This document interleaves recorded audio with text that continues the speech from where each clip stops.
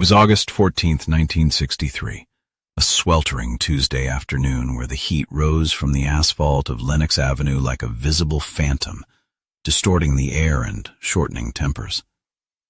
Ellsworth Bumpy Johnson had been home from Alcatraz for less than a month, and the sharks were already circling. The word on the street was that the old lion had lost his teeth, that the long stretch on the Rock had broken his spirit, and that Harlem was now an open buffet for the hungry young wolves of the street and the insatiable appetite of the 5 families. The Italians, specifically the Genovese and Gambino crime families, had begun to view Harlem not as a partnership, but as a colony to be conquered. They were pushing their heroin deeper into the veins of the neighborhood, bypassing the local hierarchy, disrespecting the unspoken treaties of the past. They thought Bumpy Johnson was a relic, a ghost story to frighten children, not a man to be feared. They were wrong. At exactly 2 p.m., a convoy of 5 black Lincolns, polished to a mirror shine, rolled slowly down Lenox Avenue. Inside were the heavy hitters of the Italian mob, capos and underbosses representing the full might of the 5 families. They had received an invitation that was as baffling as it was insulting, a request for high tea at the Lenox Lounge. No sit-down in a back alley, no midnight meeting in a warehouse, but tea in the middle of the day in the heart of the Zebra Room. They came not out of respect, but out of curiosity and the arrogance of power. They came to tell the old man to step aside or be buried. They carried snub-nosed .38s in their shoulder holsters and the confidence of men who owned the police, the judges, and the politicians. But as the cars idled in front of the famous Art Deco facade of the Lenox Lounge, the Italians noticed something unsettled in the air. The street was strangely quiet, the sidewalks empty. It felt like the calm before a hurricane. Inside the lounge, the air conditioning hummed, a stark contrast to the oppressive heat outside. Bumpy Johnson sat alone at a large circular table, dressed in an impeccable gray suit, a white handkerchief in his pocket, reading a newspaper. He didn't look up when the door opened and the 5 Italians marched in, their eyes adjusting to the dim light, their hands hovering near their lapels. They surrounded the table, looming over him, radiating menace. "You have some nerve, Johnson," sneered a capo from the Genovese family, a man known for his short fuse and long memory. "We expected you to be running, not drinking tea. You think because you're back, the clock turns back? Harlem belongs to the highest bidder now." Bumpy slowly folded his newspaper, placing it precisely on the edge of the table. He picked up a porcelain teapot and poured a cup, the steam rising in a delicate curl. "Sit," Bumpy said, his voice calm, devoid of any threat, which made it all the more terrifying. "The tea is Earl Grey. I developed a taste for it inside. It helps one think." "We didn't come here to drink tea," the Gambino representative barked. "We came to give you terms. You retire, we take the numbers. We take the dope. You get a pension. You refuse, and you don't leave this room." Bumpy smiled, a slow, wintry smile that didn't reach his eyes. He checked his watch. "It's 2:05, he whispered. "Right on time." He pointed a finger toward the front window of the lounge. "Before you boys decide to retire me, take a look outside." The Italians exchanged confused glances, then one of them stepped to the window and peered through the blinds. His face went pale. "What the hell is this?" Outside, the silence had been shattered. From the rooftops of the tenement buildings lining Lenox Avenue, Bumpy's lieutenants were emptying duffel bags. Thousands of dollars in small bills, 1s, 5s, 10s, were raining down onto the street like green snow. And from every corner, every shop, every apartment, the people of Harlem were pouring out. Thousands of them, men, women, children, the elderly. They filled the street, a chaotic, joyous, crushing ocean of humanity, scrambling for the cash, laughing, shouting, celebrating. The Lincolns were swallowed by the crowd. The drivers were helpless, unable to move an inch without running over a dozen people. The entrance to the Lenox Lounge was blocked by a wall of flesh, a human barricade 10 people deep. "You can't use your guns," Bumpy said, sipping his tea. "Not today. If you fire a single shot, if you even show a piece, that crowd out there will tear you apart with their bare hands. They aren't just scrambling for money.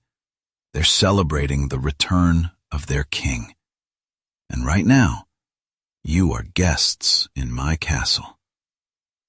The realization hit the mobsters like a physical blow. They were trapped. They were the most dangerous men in New York, but in this room, in this neighborhood, they were powerless. Their weapons were useless. Their cars were immobilized. They were completely at the mercy of the man sipping tea. Bumpy had weaponized the poverty and the loyalty of Harlem. He had bought an army for the price of a few $1,000s, an army that served as a living, breathing shield. Bumpy gestured to the empty chairs. "I said, sit." This time, they sat. The arrogance was gone, replaced by a grudging respect and a palpable fear. Bumpy didn't raise his voice. He didn't slam the table. He spoke with the precision of a professor lecturing unruly students. "You Italians, you understand family," Bumpy began, leaning forward, his eyes locking with each of them in turn. "But you mistake Harlem for a business. Harlem is a body. I am the heart. You can't cut out the heart and expect the body to keep working for you. You want to sell your heroin? Fine. You want to run your numbers? Fine. But we are not a colony. We are partners. And in this partners, I hold 51% of the vote." "And if we say no?" the Genovese capo asked, though his voice lacked its earlier conviction. "Then you walk out that door," Bumpy said, gesturing to the mob of thousands pressing against the glass.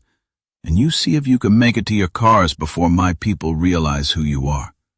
I can't guarantee your safety once you leave my table. Out there, I'm just a man. But in here, I'm the negotiation." The terms were drawn up over tea and biscuits. It was the Treaty of Lenox Avenue. The 5 families agreed to a split that favored the local leadership. They agreed that no Italian soldiers would enforce on the streets of Harlem. That was Bumpy's jurisdiction. They agreed that a percentage of the profits would go into community welfare, Bumpy's way of ensuring the people who acted as his shield were fed. It was practical. It was brilliant. And it was bloodless. As the meeting concluded, Bumpy stood up to shake their hands. The mobsters, men who bowed to no one, found themselves nodding in deference. They had been outmaneuvered, not by firepower, but by brain power. They had been checkmated by a man who saw the board differently. "One last thing," Bumpy said as they moved toward the door, the crowd outside still roaring, the air thick with the energy of the streets. He adjusted his cufflinks, looking every inch the aristocrat of the underworld. "Don't ever mistake my kindness for weakness. I fed the people today to save your lives, not mine. Remember this feeling. Remember the weight of this crowd." He walked them to the door, the bouncer parting the sea of people just enough for the mobsters to squeeze through to their cars. Bumpy stood in the doorway, framed by the neon lights of the Lenox Lounge, watching them retreat. He called out, his voice cutting through the noise, a quote that would be repeated in social clubs and pool halls for decades to come. "Gentlemen," Bumpy said, a small, triumphant smile playing on his lips. "You can walk through Harlem. You can do business in Harlem. But never forget, you only come in when I open the gate." The cars slowly pushed through the crowd, dented by the press of bodies, the mobsters inside shaken to their core. They had come to kill a wash-up. They left, having kissed the ring of a monarch. Bumpy turned back into the cool dimness of the lounge. He didn't watch the money being picked up. He knew that the few $1,000s he had thrown off the roof was the best investment he had ever made. He had bought more than safety.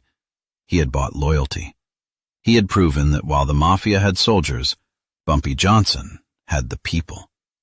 And in the game of kings, the one who holds the hearts of the people holds the crown. That evening, as the sun set over 125th Street, the story was already traveling. They said Bumpy Johnson made it rain money. They said he made the Italians shake in their expensive shoes without lifting a finger. They said the king was back. And for the people of Harlem, who had been hungry and afraid, the return of Bumpy Johnson didn't just mean the return of a gangster. It meant that once again, there was a wolf at the door guarding the house, making sure that if the family couldn't eat steak, they would at least never starve. He was the official, unofficial mayor, and his term had just been renewed for life.